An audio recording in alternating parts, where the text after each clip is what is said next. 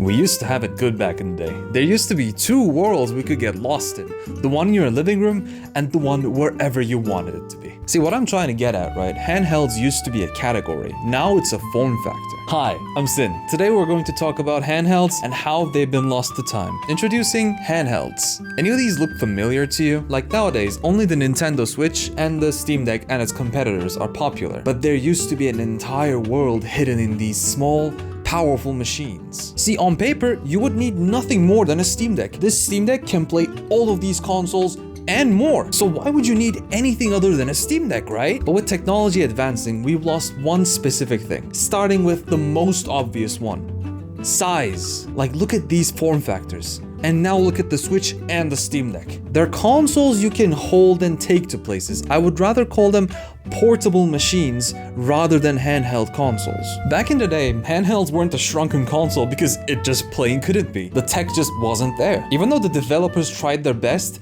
they tried their best around the hardware limitations they had, which resulted in great games and great hardware like the Nintendo DS, for example. Because of the innovation of the Nintendo DS, the dual screens allowed for gaming experiences that couldn't be found anywhere else. Like how Sonic Rush utilized both screens to give you a bigger sense of scale, and how other games rotated the Nintendo DS on its side, or upside down even, to give you even more experiences by playing around the hardware. I'm not even talking about the microphone or the stylus. Like, this console wasn't really built for online, so the microphone wasn't for voice chat, it was for gameplay. I remember there were like Nintendogs games where you could like talk to your virtual dog and it was like really wholesome and cute. And to my knowledge, I think this is one of the first times that the touchscreen technology has been used in the gaming industry. I might not be correct on this, but if it's not the first, it's damn well the most successful one. And the thing is, right, these things fit in your pocket, so you could take them anywhere, pull out, play, and then put them to sleep and put it back in your pocket anytime. No time lost, no boot times, no logins, no whatever. Just gameplay. This is what handhelds excelled at.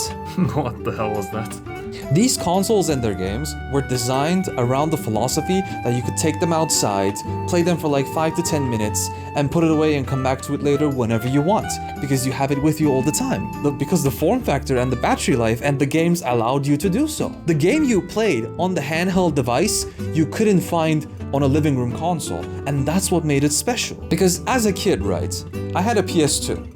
And if I could play a game that I could play on the PS2 on my PSP, why would I play on my PSP? I could straight up just play on my PS2 and have a better time. Now, as technology progressed, that philosophy kind of took hold. Now we have games that are on your $2,000 PC and on your $500 console, which, I mean, I'm not even talking about the price increases of the consoles nowadays. And they're just straight up on the handheld too. Why would I play it on the handheld for an inferior experience? You could say, oh, I like playing it on the go. Do you really play Cyberpunk on the go? A story game that requires your focus? Really? Do you really play Witcher 3? Do you play Final Fantasy on the go? I don't think so. The Nintendo Switch is arguably the most important console of the last decade. It managed to take the living room experience and put it on the go. But as I've said before, this philosophy doesn't mesh well with the handheld culture. With Nintendo Switch being a big hit, of course the gaming industry and the developers followed suit. Instead of making a game for the device, they now try to cram the game into the device. Now see, if the Nintendo Switch is your only console, I can understand trying to buy AAA games for it because you can play it on your living room and on the go, right? But if you have any other device that can play those games, why would you choose a handheld? I think that just defeats the purpose. And because of the success of the Nintendo Switch, the handheld division at Nintendo just up and disappeared. All the innovation, all the bright ideas, all the fun little gimmicks that their consoles had suddenly just ceased to exist. No more dual screens, no more gimmicks, only standard screen and a controller. Now that's not the Nintendo I know. Ooh, don't fall, don't fall.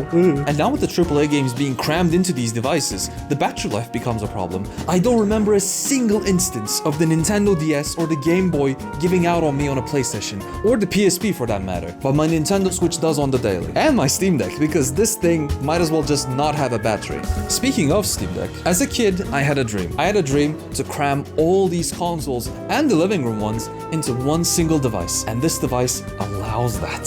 For that, I am very grateful for its existence. But for what it represents, I kinda wish it didn't exist. Now, I guess you could argue that for the Nintendo Switch as well, but I don't think cramming living room experiences into these small devices is the way to go for handheld gaming. I mean, there's a reason why all these Android handhelds are making the market nowadays. Go to Wolfden if you want to know more about these Android handhelds, by the way. He does a ton of videos on them. As hardware gets better, we're not necessarily getting better software for the hardware. What I mean is that the games you're getting for these devices are the same games that you've been getting for the past decade almost. Now I reiterate, why would you want to play a living room experience in your hand? Of course, some people really want this, and voila, you have your wish. But for people who have grown up with these devices, we've lost an essential part of gaming culture, in my opinion. We've traded unique experiences for portability of the familiar, if that makes sense. Don't get me wrong, I love my Steam Deck. I love that it has helped me achieve my dream of putting all my consoles into one single device and being able to play them without any compromises.